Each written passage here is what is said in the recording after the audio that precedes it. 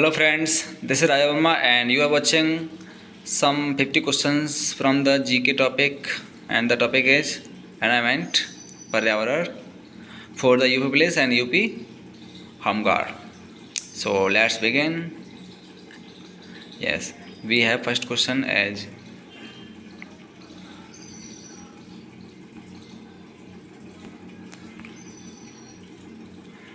पारिस्थितिकी का अध्ययन क्या होता है या किसका अध्ययन होता है। तो ये जीव और पर्यावरण के संबंधों को हम पारिस्थितिकी कहते हैं। पारिस्थितिकी शब्द का प्रयोग सर्वप्रथम किसने किया था?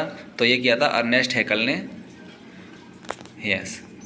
एंड पर्यावरण शब्द का अर्थ क्या है? तो जीव को घेरे हुए भौतिक, जैविक और सामाजिक घटक को हम पर्यावरण कहते हैं।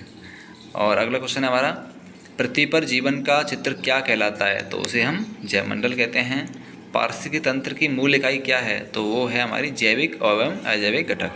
तो आप जानते हैं कि जैविक और अजैविक होता क्या है? जैविक यानी कि जितने भी हमारे जीवित प्राणी हैं, जैसे कि पेड़ पौधे हैं, कीट पतंगे हैं, जानवर हैं, या फिर कोई भी जो कि जीवित हैं, वो सभी जीव, तो वो जैविक में आते हैं। और अजैविक में आते हैं हमारे जल और मिट्टी और हवा, ये सभी चीज़ें हमारी आती हैं अजैविक में।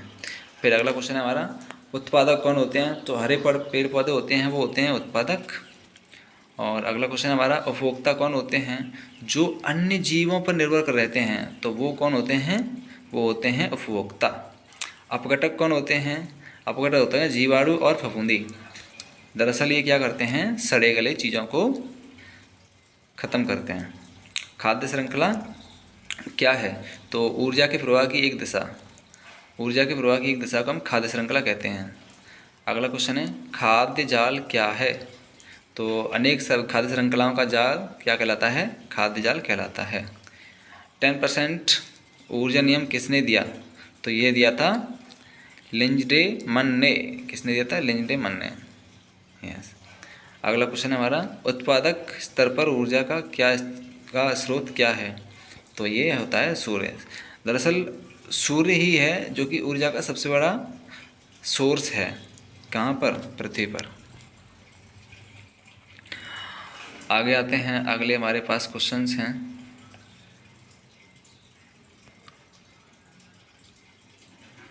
क्वेश्चन नंबर 13, पारिस्थितिकी पिरामिड का आधार कौन होता है? तो वो होता है उत्पादक। बिकॉज उत्पादक ही तो होते हैं। उत्पादक कौन होते हैं? दरअसल पेड़ पौधे, जो कि प्रकाश संश्लेषण करते हैं। जीवों की विविधता को क्या कहते हैं? तो जैव विविधता कहते हैं जीवों की विविधता को। पारिस्थितिकी असंतुलन का कारण क्या है? तो ये है मानव हस्तक्षेप। भारत में कितने जैव विविधता हॉटस्पॉट हैं? तो ये 4 बायोडाइवर्सिटी हॉटस्पॉट हैं। जैव विविधता संरक्षण के तरीके क्या हैं? तो तरीके क्या हैं? ये तो हमारा एक क्वेश्चन को ऐसे ही छोड़ना पड़ेगा। जैव विविधता संरक्षण के तरीके क्या हैं? इन सिटू और एक्स सिटू।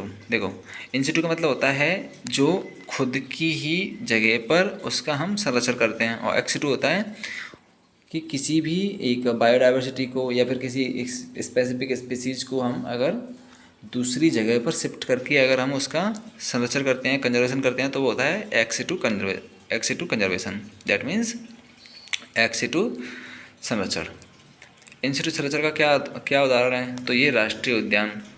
और एक्स सिटू का संरक्षण का उदाहरण क्या है? तो ये है चिड़ियाघर। आप जानते हैं राष्ट्रीय उद्यान में क्या होता है? जहाँ पर जैसे जैसे जीव होते हैं उसी जगह पर हम उसको राष्ट्रीय उद्यान के रूप में घोषित कर देते हैं और उसकी बाउंड्री बना देते हैं। लेकिन चिड़ियाघर क्या होता है? चिड़ियाघर में होता है दूसरी जगह पर शिफ्ट किया जाता है जीवों को।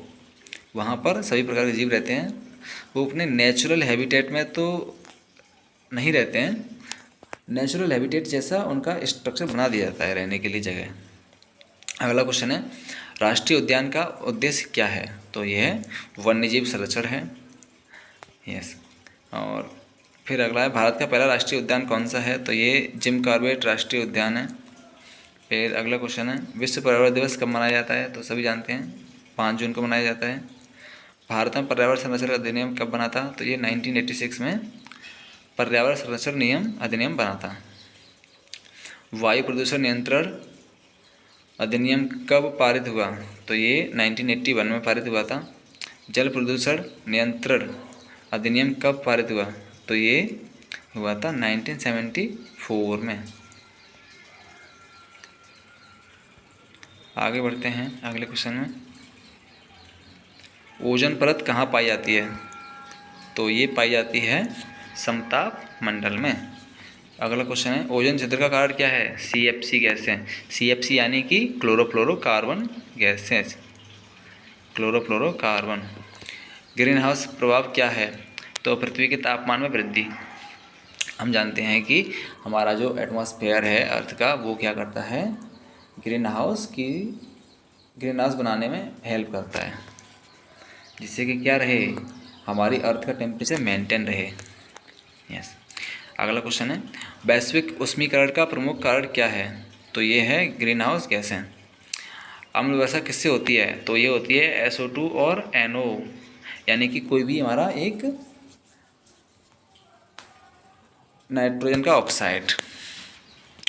अम्ल वर्षा का pH मान कितना होता है? तो ये 5.6 से कम होता है। देखो, हमारा कोई भी प्रकार का अम्ल हो तो उसकी pH 7 से कम होती है, लेकिन यहाँ पर बात चल रही है अम्ल वर्षा, तो अम्ल वर्षा 5.6 से भी कम होती है।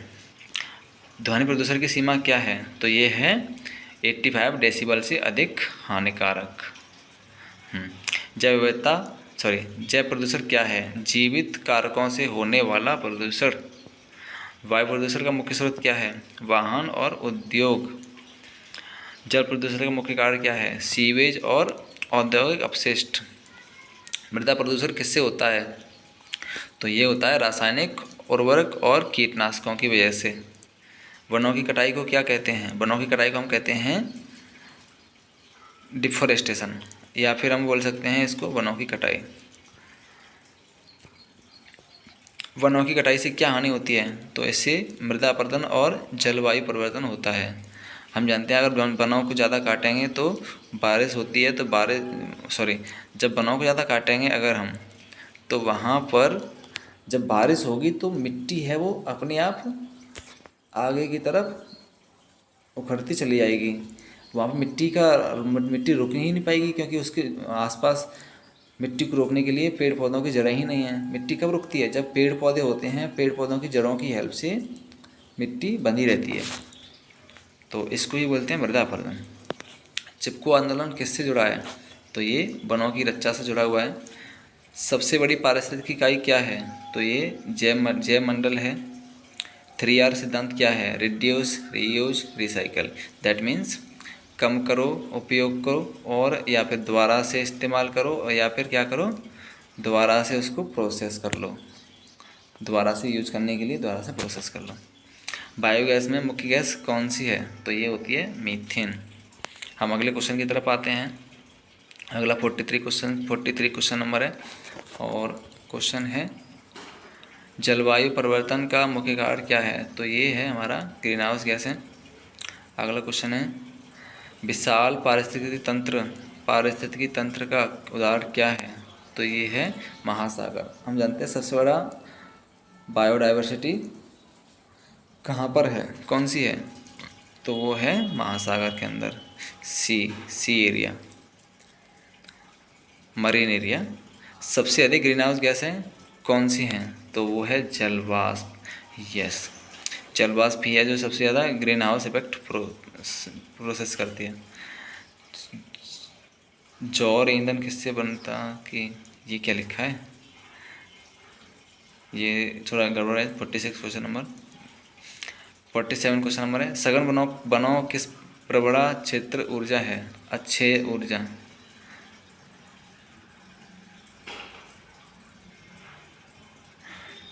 क्वेश्चन नंबर 49 है, पृथ्वी की सबसे ऊंची पारिस्थितिकी तंत्र कहाँ है? तो ये है हिमालय में।